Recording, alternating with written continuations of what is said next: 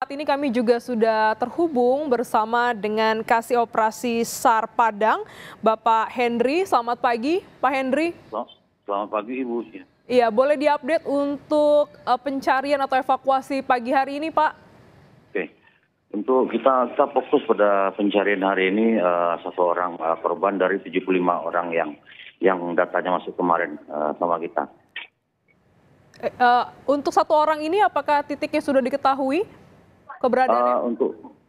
Untuk titik keberadaannya kemungkinan ada beberapa tim yang kita arahkan nanti ke daerah tersebut, setidaknya di Tugu Abel, di Taman Deluit, dan beberapa tempat lainnya.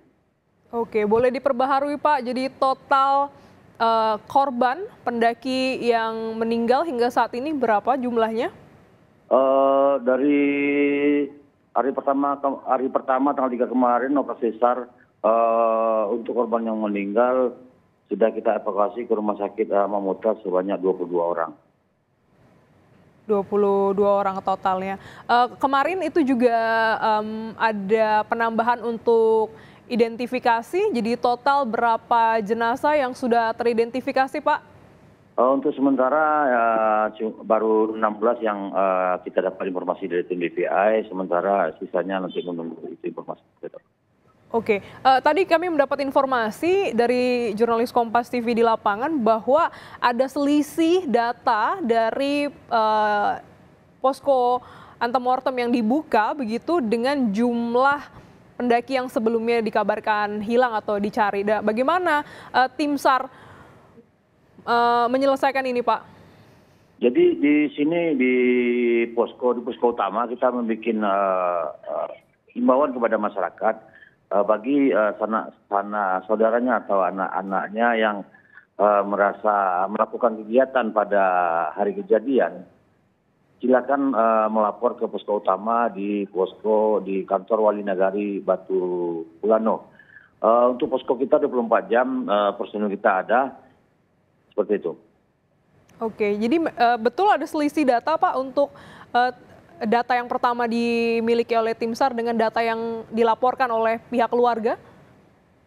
Sementara yang di posko tidak ada, mungkin di rumah sakit ada, tapi kita akan himbauan lagi kepada masyarakat kalau seandainya ada dari pihak keluarga yang merasa kehilangan saudaranya, dipersilakan melapor ke posko kami di posko utama.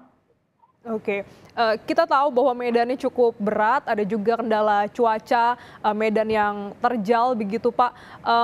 Untuk pencarian evakuasi satu korban ini, apakah juga tim SAR akan kembali menyisir kawasan Gunung Merapi untuk memastikan tidak ada lagi pendaki yang masih berada di Gunung Merapi?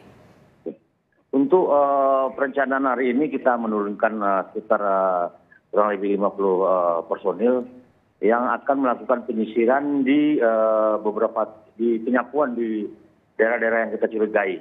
Karena untuk penyapuan dari daerah-daerah yang kita curigai ini kita harus berdasarkan arah angin, karena pada saat pencarian dan pada saat evakuasi tim kita terkendala dengan erupsi Gunung Merapi yang 1 kali 15 menit dia mengeluarkan debu. Dan jarak pandang pun, estimasi jarak pun cuma 1 meter buat teman-teman kita di lapangan. Baik, jadi ini yang juga menjadi kendala bagaimana aktivitas Gunung Merapi. Untuk pagi hari ini bagaimana? Apakah masih erupsi, Pak? Sementara Gunung Merapi nggak bisa kita lihat, tertutup awan.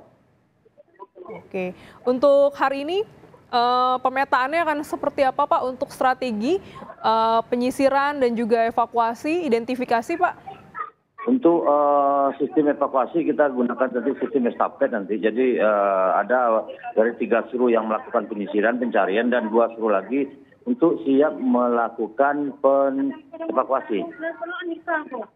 Oke, jadi ada yang menyisir, ada juga yang menjemput untuk bisa segera dibawa ke rumah sakit terdekat begitu ya, Pak? Betul, begitu. Oke, bagaimana juga dengan keamanan dan keselamatan para tim SAR gabungan yang hari ini bekerja, Pak? Jadi untuk sementara keberangkatan tim kita lepaskan anggota ini dengan kelengkapan APD-nya masing-masing. Yang pertama harus memakai helm safety, kacamata, sarung tangan, baju pelindung. Jadi keselamatan menjadi yang utama. Untuk satu korban ini bagaimana kondisinya, Pak? Bagaimana, Bu? Bagaimana untuk kondisinya? Satu orang maksudnya? Satu korban yang akan dievakuasi ini kondisinya dalam kondisi meninggal dunia atau seperti apa? Untuk kondisinya kita belum tahu karena belum ada. Kalau untuk kondisinya kita belum tahu. Yang jelas kita akan melakukan penyisiran di beberapa titik yang kita curigai. Oke, Pak, kalau tadi kan Bapak bilang juga melihat bagaimana arah angin begitu ya untuk melakukan penyisiran. Sebenarnya untuk Gunung Merapi ini bisa masuk dari jalur mana saja, Pak? Apakah hanya dalam satu jalur pendakian atau ada sejumlah jalur pendakian ini menjadi titik penyisiran dari tim SAR gabungan? Untuk pintu masuk ke Gunung Merapi ini cukup banyak, tetapi yang menjadi tolak ukur bagi kita di mana teman-teman yang kita evakuasi ini posisinya banyak di sana. Jadi kita fokuskan dua pintu masuk di sini. Yang pertama di pintu 5 di posko BKSDA dan jalur Trabas. Seperti itu. Oke, baik. Jadi memang ada banyak pintu masuk untuk pendakian di Gunung Merapi dan ini yang menjadi pertimbangan tim SAR gabungan kembali menyisir untuk melakukan evakuasi dan juga pencarian ya. Mungkin Pak untuk hari ini memastikan tidak ada lagi pendaki yang berada di kawasan Gunung Merapi. Lantas bagaimana dengan masyarakat? Apakah hari ini dilibatkan kembali untuk proses pencarian? Untuk antusias masyarakat banyak sekali, mereka mau membantu Basarnas terkait pelaksanaan operasi SAR kali ini gitu, Mbak. Oke, baik. Terima kasih Bapak Henry, Kasih Operasi SAR Padang telah bergabung dalam Breaking News Kompas TV.